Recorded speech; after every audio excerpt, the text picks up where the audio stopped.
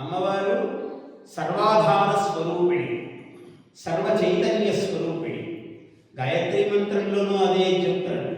తన్నో ధియః ప్రధ్యో యోనః ప్రచోదయాత్. నా బుద్ధులను ప్రేరణ చెయ్యి, ప్రచోదన శక్తి. యా దేవి సృష్టి రూపాత్వం, సృష్టి రూపము ఆమె, పాలన రూపము ఆమె, లయ రూపము ఆమె. కాబట్టి అన్ని స్వరూపాలలో అమ్మవారు ఉన్నది. అటువంటి తల్లిని మనము భావించటము, సేవించటము, ధ్యానించటము మనకు అలవాటు కావాలి. అటువంటి అలవాటు నిత్య అనుష్ఠానంలో రావాలి. అనుష్ఠానం అంటే ఏమిటి? ఏదో పెద్ద భయంకరంగా ఉంది, మనం ఏం చేయాలో అంటే నిత్య శుచిమత్వం ఉండాలి. ఆ 3 రోజులు 4 రోజులు తప్పనిసరి అయితే ఏం చేయలేము. వీలైనంత తాగకుండా ఉంటే ఉత్తమం. ఇంకో సౌకర్యం ఉంది, ఇంట్లో ఎవరో చేస్తారు, మంచిది. మనమే చేసుకోవాలి శివానుగ్రహం. వీలైనంత దేవత ఆ భాగము దాన్ని ముట్టుకోకుండా అది 4వ రోజు స్నానం అయ్యాక ఆ ప్రదేశానికి వెళ్ళండి. అంతవరకు తక్కినన్ని ఊరికే అన్నీ ఏకం చేసుకోకుండా చూసుకోండి.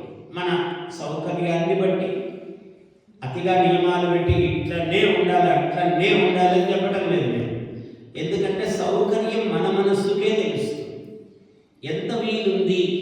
అందుకనే శక్తి వంచన లేకుండా అని అంటాడు మన ధర్మశాస్త్రంలో. ఎప్పుడు అంటే మనకే వదిలేస్తాడు. నీకు ఎంత శక్తి ఉందో, నీకు ఎంత శక్తి ఉందనుకోండి, స్వామి ఏమనుకోవద్దు, నేను ఇదే ఇస్తున్నాను, ఇదే అనుకో, ఇదే కోటి అనుకో, ఇదే లక్ష అనుకో, ఇదే 10 కోట్లు అనుకో అంటే ఆయన కూడా మనకు వరం ఇచ్చేటప్పుడు నాయన ఇదే కోటి అనుకో, ఇదే ఆయన అంటే ప్రమాదం.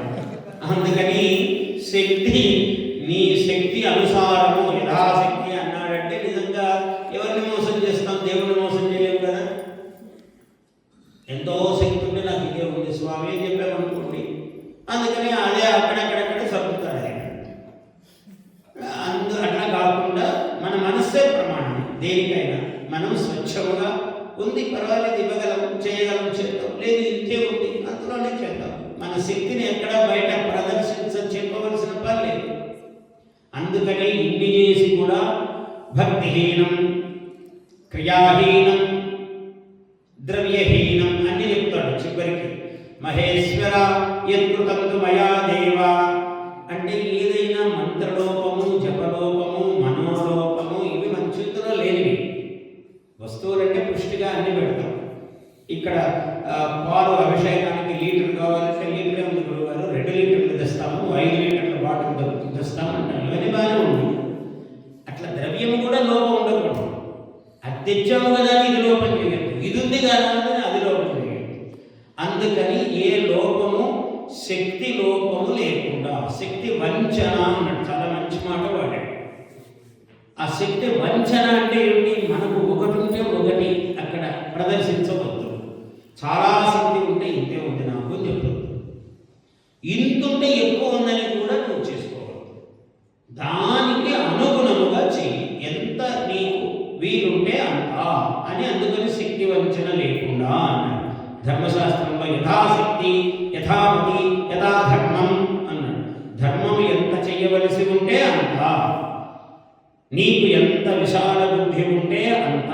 యథామతి, యథా విధి అన్నాడు. అంటే శాస్త్రము ఎలా చెబితే అలాగా. ఇవన్నీ ప్రమాణాలు. Please subscribe to our YouTube channel. Like and share this video.